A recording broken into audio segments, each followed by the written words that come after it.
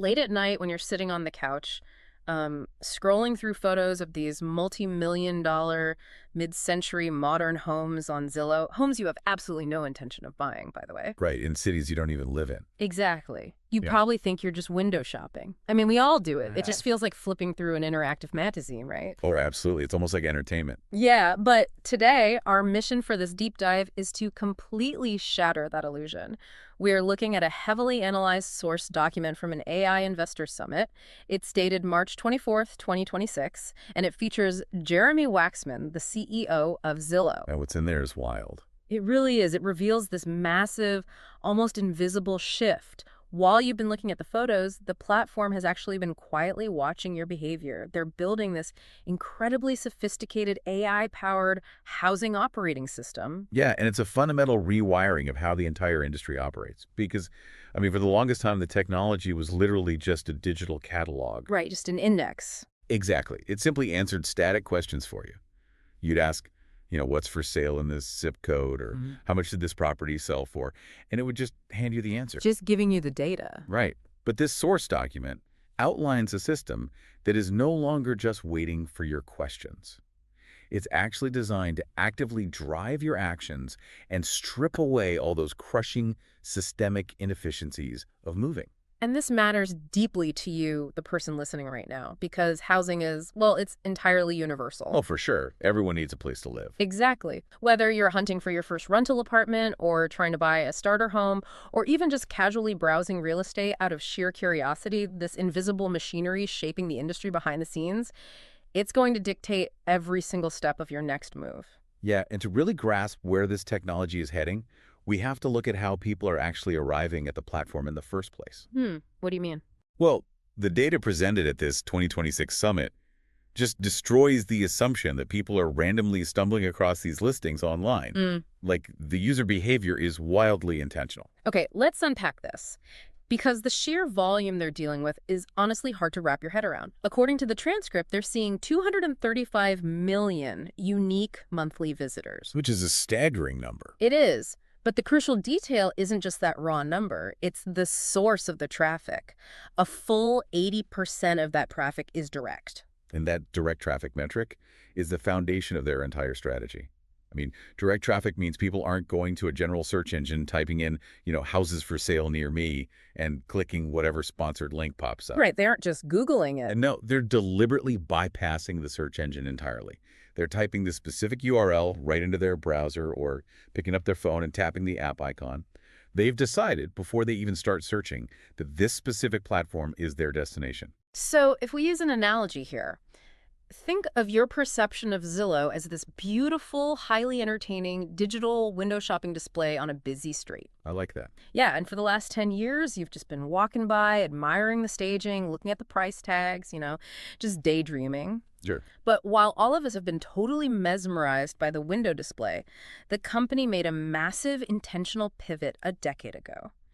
They basically went into the back of the store and started building the cash registers, the inventory stock rooms, the supply chains, and the delivery trucks for the entire real estate industry. Because they realized that answering that first question, just finding the listing, was actually the easiest part of the equation. Exactly. The hardest part is literally everything that follows that initial search. And that architectural shift from a simple search site to a comprehensive transaction platform one covering buying, renting, financing, selling it, reveals something so fascinating about consumer behavior. Which is what? Well, the investor presentation draws this really sharp line between casual traffic and what they call sustained intent. Like, if a website just acts as a search engine, a user pops in, sees a house is way out of their price range, and just bounces off the site immediately. Right, they're gone in 2 minutes. Exactly. Yeah. But by building out the tools for the actual transaction, the engagement metrics fundamentally transform. Yeah, the source data points out that 70% of everyone who buys and sells a home in America uses the platform during the transaction process itself. Think about that percentage. It's huge. It really is. We're not talking about someone logging in once to check a price. A buyer on this platform is spending 2 to 3 hours a week over a grueling period of 5 months. 2 to 3 hours a week. Yeah, that's not a hobby. That is basically a part-time job. It is. And consider what's actually happening during those 2 to 3 hours. The user is deep in the trenches. They're obsessively tweaking their budgets, running different mortgage rate scenarios, comparing school districts, collaborating on save lists with their spouse, messaging agents, All the stressful stuff. all of it. And that 5-month grind of sustained, deep intent is the exact behavioral fuel required to train a highly specialized artificial intelligence system. Which honestly brings up a very natural question about the state of AI right now, because I think anyone listening would say, well, artificial intelligence is everywhere today. Oh, it's inescapable. Yeah, I use horizontal language models like ChatGPT or Claude to write emails or summarize articles all the time. So I have to push back a little bit on this overarching thesis. Okay, let's hear it. If these generic horizontal AI models have essentially read the entire internet by now, why couldn't one of them just scrape all the public real estate data, look at the MLS listings, and offer the exact same guidance to a home buyer? Like, why does the industry need this specialized housing operating system? What's fascinating here is the fundamental difference between what data scientists call content and context. Content context, okay. Right. A horizontal AI, meaning a generalist model that knows a little bit about everything from, writing poetry to coding software. It only has access to content. In real estate, content is just the basic static facts. So like the address, the price, that sort of thing. Exactly. The square footage, the number of bedrooms. So the horizontal AI is basically just reading a spreadsheet. Essentially, yes. If you ask a generic horizontal AI to find you a 3-bedroom house in Chicago under $600,000, it applies a basic filter and spits out a list of properties. Just regurgitating public information. Precisely. But context, that is proprietary, highly specific behavioral data. A general AI cannot scrape your personal context from the open web because that data is locked inside the platform where you spend those 5 months. I like to think about the difference between a paper map and a modern GPS app on your phone. Oh, that's a good analogy. Yeah, the horizontal AI is basically the paper map. It knows where all the roads are, it knows where the house is, and it can show you the route. It has the content. But the contextual AI is the GPS app. It knows you are currently out of gas, it knows there's a traffic jam on the highway, it knows you prefer scenic routes, and it knows you always stop for coffee at a very specific chain. That is a perfect way to visualize it. Now, apply that GPS analogy to the real estate journey. The platform's AI is watching those 2 to 3 hours a week you spend online. So it sees everything you're doing. Everything. It tracks the specific physical tours you actually take the time to book, not just the photos you casually glance at. It tracks your live affordability data because you use their financing calculator. Wow. Yeah. It sees the subtle patterns in the homes you save, and it logs the actual conversations you are having with loan officers. Okay, so while the generic horizontal AI just knows the price of the house, this contextual system knows that I keep saving listings with massive backyards, but my real-time pre-approved interest rate dictates that I can actually only afford a townhouse. Exactly. And it knows I've been actively messaging a local agent about getting a loan. Right. And that creates a compounding feedback loop that solves a very specific human problem. Sometime during that 5-month journey, almost every single consumer hits a wall of decision fatigue. Oh, I've been there. We all have. You stop daydreaming, the stress sets in, and you just freeze. Do you buy now? Do you keep renting? When a buyer hits that wall of paralysis, a generic AI can really only offer you historical market trends. Which isn't super helpful when you're panicked. Exactly. But a system built entirely on your personal context can actually push the physical transaction forward. It can prompt you to take a definitive action like booking an instant real-time tour because it mathematically knows you are already pre-approved, and this new listing perfectly matches the exact layout of the 50 homes you've saved over the last quarter. Wow. It bridges the massive gap between here is some static information and here is the precise action you need to take right now. It's a game changer. And speaking of AI development, the transcript casually mentions that their very first AI product wasn't even launched during this current massive tech boom. They launched the Zestimate algorithm all the way back in 2006. Right. They've been training machine learning models on real estate data for 2 decades. Which gives them an incredible head start on the data side. But having a mountain of behavioral data and tracking every click doesn't mean much if the system doesn't truly understand the physical product it's trying to sell, right? That's the missing link. Yeah. To build an unbeatable context engine, the AI has to actually understand the physical houses, and that leads directly to their aggressive push into immersive media. This is where the tech gets really sci-fi. Here's where it gets really interesting. because when we normally picture a computer analyzing a house, we imagine it scanning those basic text fields we talked about earlier. 3 beds, 2 baths, 2,000 square feet. Just reading the labels. Exactly. But the source document details how the company is rolling out proprietary rich media across the country. They are pushing tools called Listing Showcase, interactive floor plans, fully mapped 3D tours, virtual staging, and these drone-style sky tour videos. That's a lot of visual data. And the transcript notes that nearly 10% of all new for-sale listings now feature this deeply immersive rich media. And you have to understand that 10% adoption rate is generating a profoundly differentiated data set. Like a static two-dimensional photograph taken by a real estate agent in a corner of a living room only tells a machine so much. It just recognizes, what, a couch and a window. Pretty much.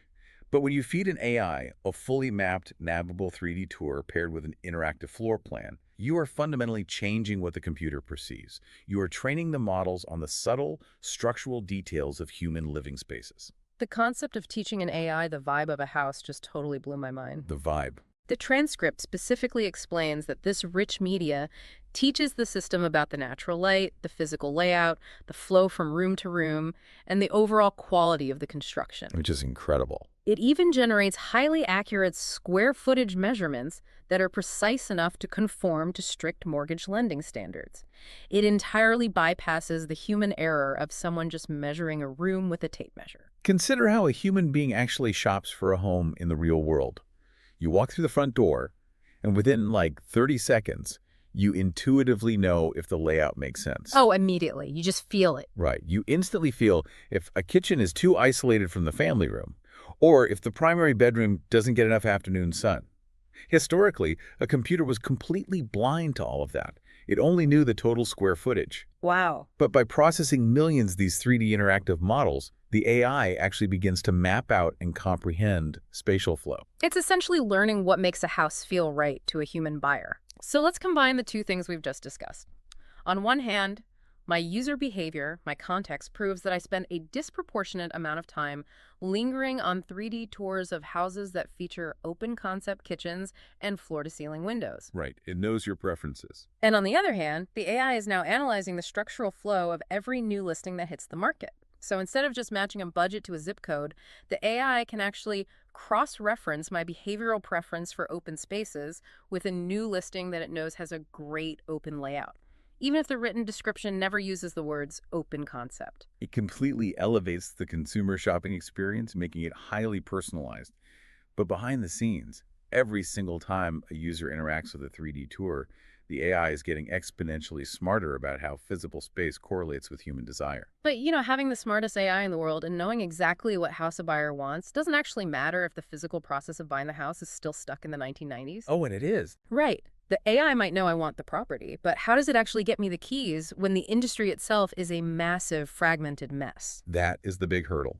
The structural and regulatory complexity of the American real estate market is staggering. Yeah. It is not one unified national marketplace. Not at all. No, it's a deeply entrenched, highly localized system. The transcript lays out the reality of this friction perfectly. To operate in real estate nationally, you have to deal with licensed brokerages in all 50 separate states. Every single one. You have to navigate over 500 different regional multiple listing services, or MLSs, and you have 1.5 million individual real estate agents trying to coordinate all of this. That tangled regulatory web creates an astonishing amount of friction and paperwork just to get a single deal closed. If we connect this to the bigger picture, it explains the ultimate goal of the entire operating system. The question isn't just how to find the house. Right. It's how technology can interface with a heavily regulated, human-driven transaction process. And the answer lies in an invisible B2B or business-to-business empire. Which most people don't even know exists. Exactly. This is the massive infrastructure that the average consumer never sees, but it essentially acts as the operating rails for the entire real estate industry. The statistics on this back-end infrastructure are wild. Agents who actively use these B2B products touch 80% of all U.S. real estate transactions. 80%. Think about the scale of that.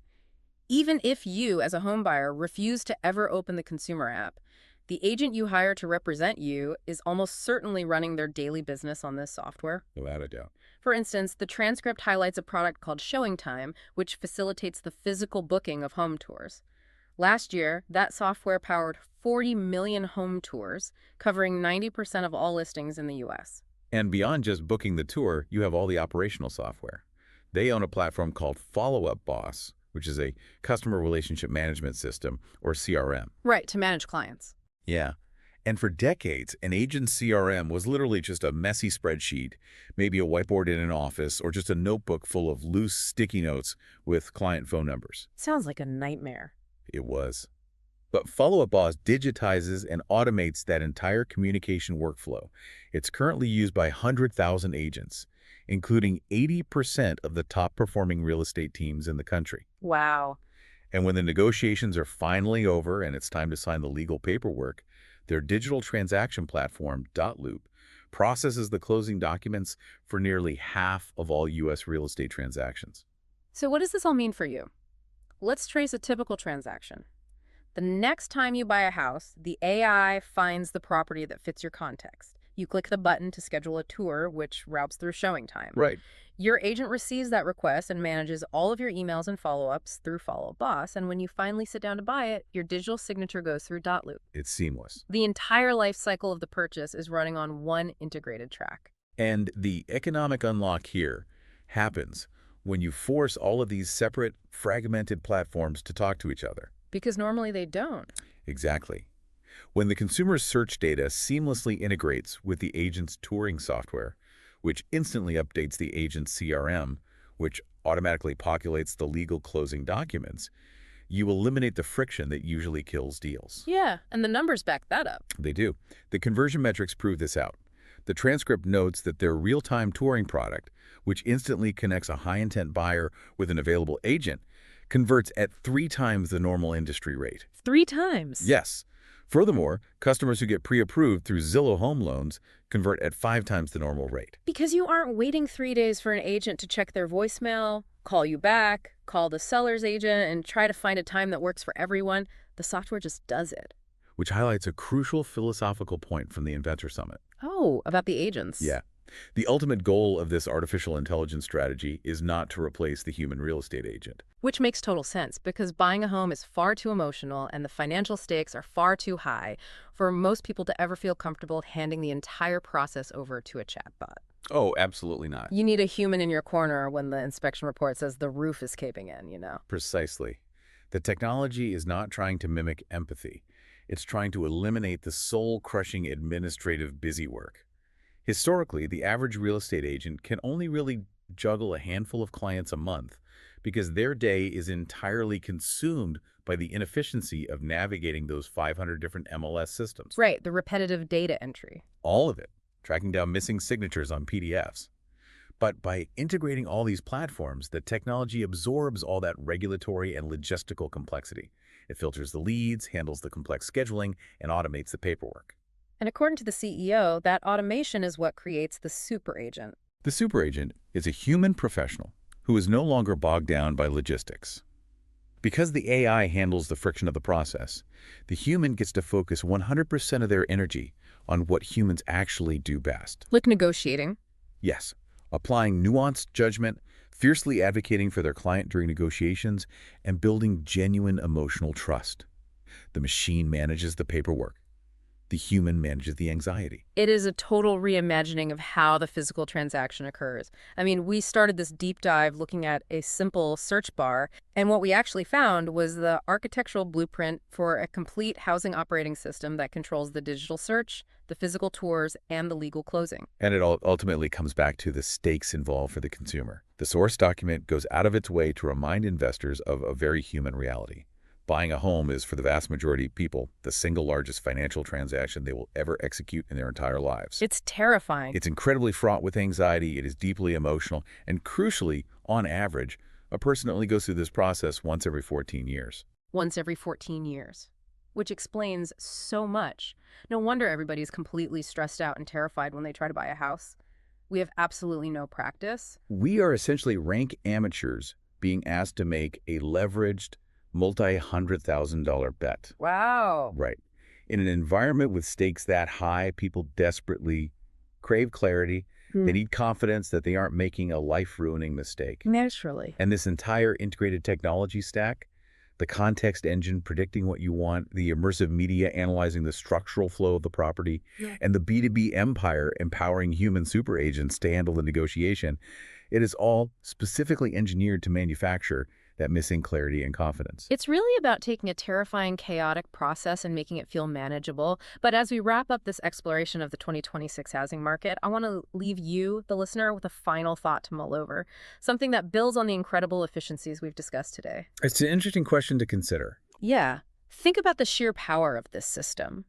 We know the AI is learning the incredibly subtle, intimate details of physical homes like the angle of the natural light or the way a kitchen flows seamlessly into a living room. Right. And we know it's simultaneously tracking your deepest behavioral context, your hard budget, the specific architectural styles you save, your unspoken intent during those late-night scrolling sessions. It knows what you want before you do. Exactly. So what happens when this housing operating system becomes so advanced, so perfectly tuned to your context, that it knows the absolute perfect home for you before you even consciously realize you're ready to move? If artificial intelligence removes all the friction, all the wrong turns, and all the endless, exhausting weekends spent wandering through open houses that aren't quite right, does it also change the emotional, serendipitous joy of finally falling in love with a house? When a machine perfects the efficiency of the transaction, do we risk losing the actual magic of the hunt? That is definitely something to ponder. Something to think about the next time you find yourself daydreaming on a real estate app at midnight. Thanks for joining us for this deep dive.